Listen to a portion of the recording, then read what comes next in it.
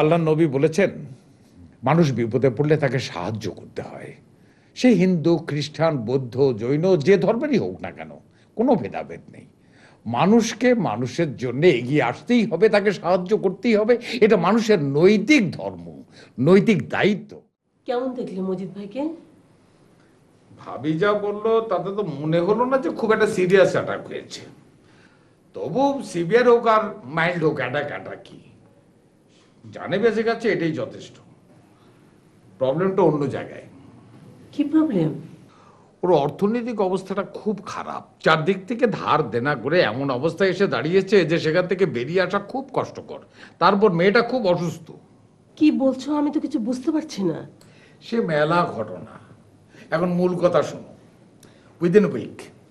Within a week ওকে 50 লাখ টাকা জোগাড় করতে হবে। যদি এই 50 লাখ টাকা জোগাড় হয় তাহলে হয়তো কোনো রকমে ও সামাল দিতে পারবে। 50 লাখ টাকা, তাও আবার উইদিন উইক? এত টাকা আঙ্কেলকে কে দেবে? আল্লাহ মেহেরবানি করলে হবে। আল্লাহ কি নেমে এসে ওনাকে 50 লাখ টাকা দিয়ে যাবে? না না না, তা কেন? আল্লাহ কি কখনো এসে নিজে দেয়?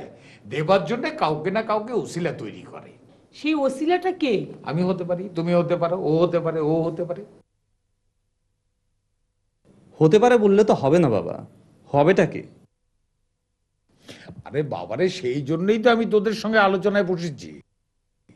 শোন, আমি খুব বড় লোকও নই, আবার একেবারে রাস্তার লোকও নই। আল্লাহর রহমতে খেয়ে পরে শান্তিতে বেঁচে আছে, এই জন্য আমি আল্লাহর শুকর আদায় করি। আমি ইচ্ছে করলে 50 লাখ টাকা দিতে পারি। 50 লাখ টাকা দেবে তুমি? 50 লক্ষ টাকা কিন্তু কম না। It is a big amount বাবা। সেটা তুই না বললেও কি আমি বুঝতে পারি না রে মা? তবে একটা কথা চিন্তা কর, একটা মানুষ বিপদে পড়েছে। দাও, তোমার টাকা তুমি দিবে, আমাদের কি বলার আছে? না না না, আছে আছে, 100 বার আছে, বলার থাকবে না কেন? শোনো, আমার এই সমস্ত স্থাবর সম্পত্তির এই সব কিছুর মালিক হচ্ছে আমি, কিন্তু তোমরা তার হকদার। তোমাদের অধিকার আছে।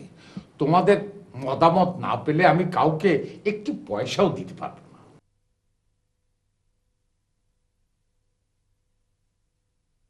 এবার তোমরা বলো, আমি টাকাটা দেব না দেব না? দেখো, আল্লাহ নবী বলেছেন, মানুষ বিপদে পড়লে তাকে সাহায্য করতে হয়। সে হিন্দু, খ্রিস্টান, বৌদ্ধ, জৈন, যে ধর্মেরই হোক না কেন, কোনো ভেদাভেদ নেই। মানুষকে মানুষের জন্য এগিয়ে আসতেই হবে, তাকে সাহায্য করতেই হবে। এটা মানুষের নৈতিক ধর্ম, নৈতিক দায়িত্ব। আল্লাহ নবী তো এই কথাই বলেন। এখন বলো, তোমরা যদি চাও হবে, নইলে হবে না। হবে বাবা, হবে। আমার খুব অহংকার, আমি তোমার সন্তান। গৌরবের সঙ্গে বলতে পারি, আমার জন্মদাতা মানুষের বিপদে হাত গুটিয়ে বসে থাকেন না। আমার বিশ্বাস, আমরা যদি কোনোদিন বিপদে পড়ি, আল্লাহর রহমত থেকে বঞ্চিত হব না। তুমি ভালো জানতাম, কিন্তু এতটা মহান আমি জানতাম না। একটু বাড়িয়ে বললে মনিরা বেগম।